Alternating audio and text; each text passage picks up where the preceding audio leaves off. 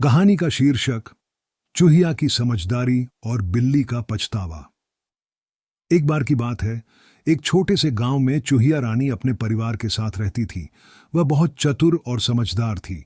उसके घर के पास ही एक बिल्ली रहती थी जो रोज उसे पकड़ने की कोशिश करती थी, लेकिन चूहिया हर बार किसी न किसी तरकीब से बच निकलती। बिल्ली बहुत परेशान हो गई थी। उसने सोचा, इस बार मुझे चालाकी से काम लेना होगा। सीधे साधे तरीके से तो यह चूहिया पकड़ डीडीएच में आने वाली नहीं। अगले दिन बिल्ली ने एक बूढ़ी बिल्ली का रूप बना लिया।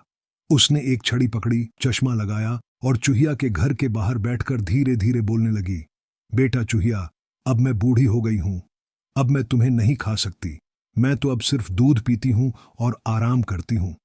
क्या तुम मुझसे दोस्ती करोगी? चूहिया समझ गई कि यह बिल्ली की चाल है।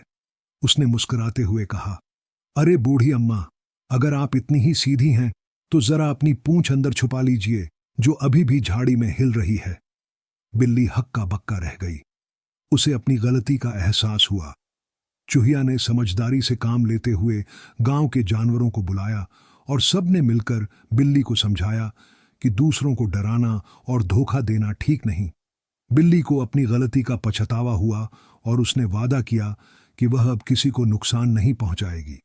धीरे धीरे चूहिया और बिल्ली में सच्ची दोस्ती हो गई। सीख: समझदारी और सच्चाई से बड़ी चाल भी बेअसर हो जाती है। अगर तुम चाहो तो मैं इसी कहानी का एनिमेशन स्क्रिप्ट और डायलॉग्स भी बना सकता हूं।